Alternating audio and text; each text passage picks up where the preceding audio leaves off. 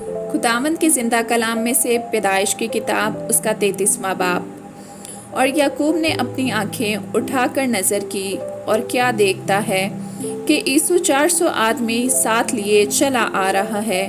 تب اس نے لیا اور راکھیل اور دونوں لونڈیوں کو بچے بانٹ دیے، اور لونڈیوں اور ان کے بچوں کو سب سے آگے، اور لیا اور اس کے بچوں کو پیچھے، اور راکھیل اور یوسف کو سب سے پیچھے رکھا، اور وہ خود ان کے آگے آگے چلا، اور اپنے بھائی کے پاس پہنچتے پہنچتے 7 بار زمین تک جھکا، اور عیسو اس سے ملنے کو دوڑا اور اس سے بغل گیر ہوا اور اسے گلے لگایا اور چوما، اور وہ دونوں روئے۔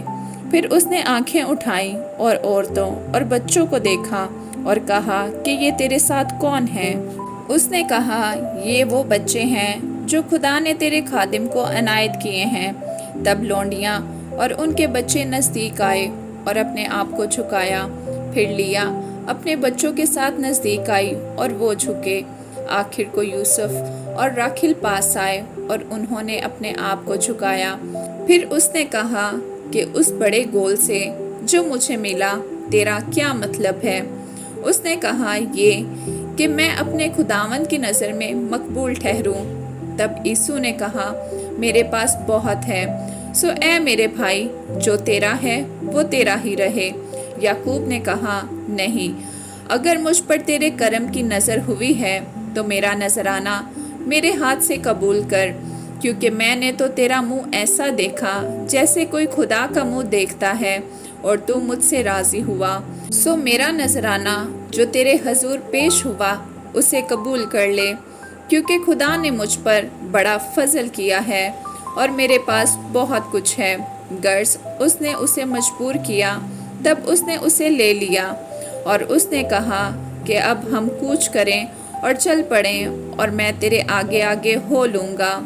اس نے اسے جواب دیا میرا خداوند جانتا ہے کہ میرے ساتھ نازک بچے اور دودھ پلانے والی بھیڑ بکریاں اور گائیں ہیں، اگر ان کو ایک دن بھی حد سے زیادہ ہنکائیں تو سب بھیڑ بکریاں مر جائیں گی، سو میرا خداوند اپنے خادم سے بیشتر روانہ ہو جائے، اور میں چوپایوں اور بچوں کی رفتار کے مطابق آہستہ آہستہ چلتا ہوا اپنے خداوند کے پاس شیر میں آ جاؤں گا۔